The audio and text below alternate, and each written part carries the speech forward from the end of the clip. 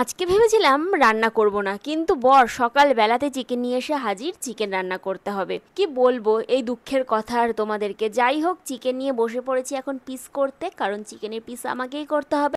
রোজ রোজ এই একই নিজের হাতের রান্না কি ভাল লাগে বলো?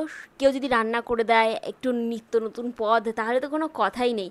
তো চিকেনগুলোকে আমি পিস করে নিলাম, আর পিস করে চিকেনগুলোকে পরিষ্কার করে ধুয়ে নিচ্ছি। দেখো কড়াইতে চাপিয়ে দিয়েছি এখানে তেল। আর চিকেন আমি কিভাবে রান্না করি তোমরা এতদিনে অনেক রেসিপি দেখে ফেলেছো। আমার যখন যেরকম ইচ্ছে আমি সেরকম রান্না করি, আমার কোনো মানে ঠিক ঠিকানা নেই। তো এখানে আমি জিরে ফোড়ন দিয়ে দিয়েছিলাম, তেজপাতা ফোড়ন দিয়ে দিয়েছিলাম, পেঁয়াজ দিয়ে লবণ দিয়ে আমি ভেজে নিয়েছি পেঁয়াজটাকে। এরপরে দিয়ে দিলাম আদা রসুন বাটা, সাথে দিয়ে দিলাম হলুদ গুঁড়ো, লঙ্কা গুঁড়ো, কাশ্মীরি লঙ্কার গুঁড়ো, তারপরে জিরে গুঁড়ো, আর ছিল ধনে গুঁড়ো দিয়ে তারপরে আমি দিয়ে দিলাম টমেটো বাটা দিয়ে ভালোভাবে মশলাটাকে কষিয়ে নিলাম। তেল যখন ছেড়ে এলো দিয়ে দিলাম চিকেনগুলো।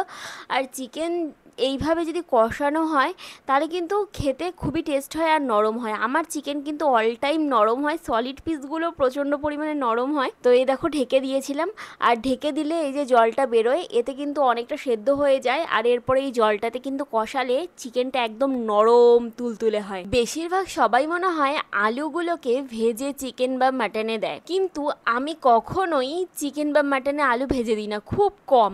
যদি আমার হাতে বেশি সময় থাকে তাহলে। দেখো আলুগুলোকে কেটে ধুয়ে নিয়েছি, আর এখন দিয়ে দিলাম এই পর্যায়ে। দিয়ে এখানে আরও একটু কাশ্মীরি লঙ্কার গুঁড়ো অ্যাড করলাম, কারণ কালারটা আমার ঠিক মন মতন লাগছিল না। তারপর নাড়াচাড়া করে আবার খানিকটা একটু কষিয়ে নিয়ে আবার ঢেকে দিলাম। দেখো এখনও পর্যন্ত কিন্তু আমি একদম ঝোলটা নিয়ে নিইনি। আমি যতক্ষণ না পর্যন্ত চিকেনটা প্রায় সেদ্ধ হয়ে আসে ততক্ষণ পর্যন্তই কিন্তু আমি এভাবে কষাতে থাকবো জলের মধ্যে।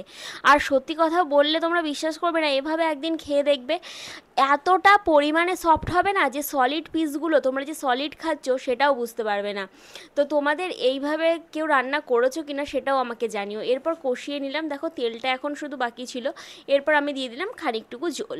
এই ঝোলটার মধ্যে এবার আলুটা যেইটুকু সেদ্ধ হওয়া বাকি আছে সেইটুকু হবে। দেখো আলু চিকেন সব একদম সেদ্ধ হয়ে গেছে, ঢাকাটা খুলে নিলাম। আর ঢাকাটা খুলে আর একটু নাড়াচাড়া করে গ্যাসের ফ্লেমটা বন্ধ করে সাথে সাথে দিয়ে দিলাম একটু গুঁড়ো গরম মশলা।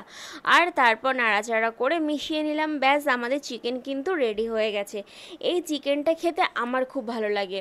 তো তোমাদের কেমন লাগে আমার রেসিপিগুলো সেটা অবশ্যই আমাকে কমেন্টস করে জানিও। তাহলে চলো এবারে খেয়ে দেখি কেমন হয়েছে। তো বন্ধুরা, খুব সিম্পল ভাবে রান্না করলাম, জানি না কেমন হয়েছে খেতে, তো চলো খেয়ে দেখি।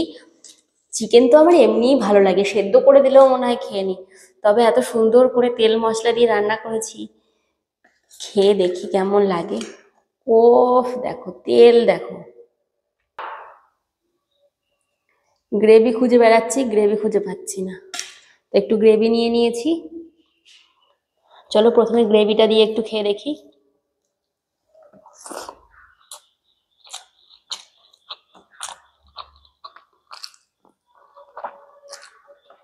ও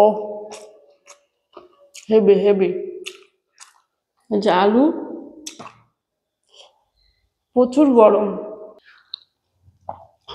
প্রচুর পরিমাণে গরম, এক্ষুনি রান্না করে নিয়ে চলে এলাম।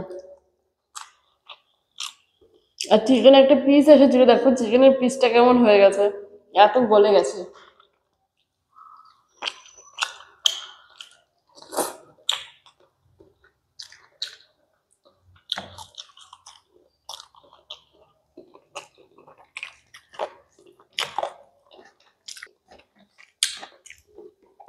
চিকেন যদি আমার সেদ্ধ হয় না, একদম পুরো এমনি এমনি হচ্ছে খেয়ে নেওয়া যাবে, হাড়টা শুদ্ধ চিবিয়ে।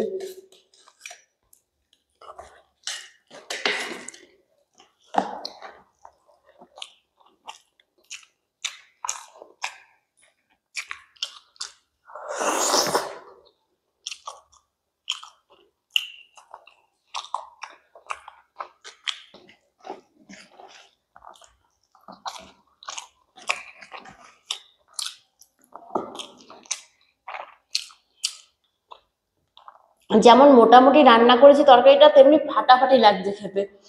তো এইভাবে এরকম সিম্পল করে রান্না করে কিন্তু খেতে আমার ভালোই লাগে। তো চলো টাটা।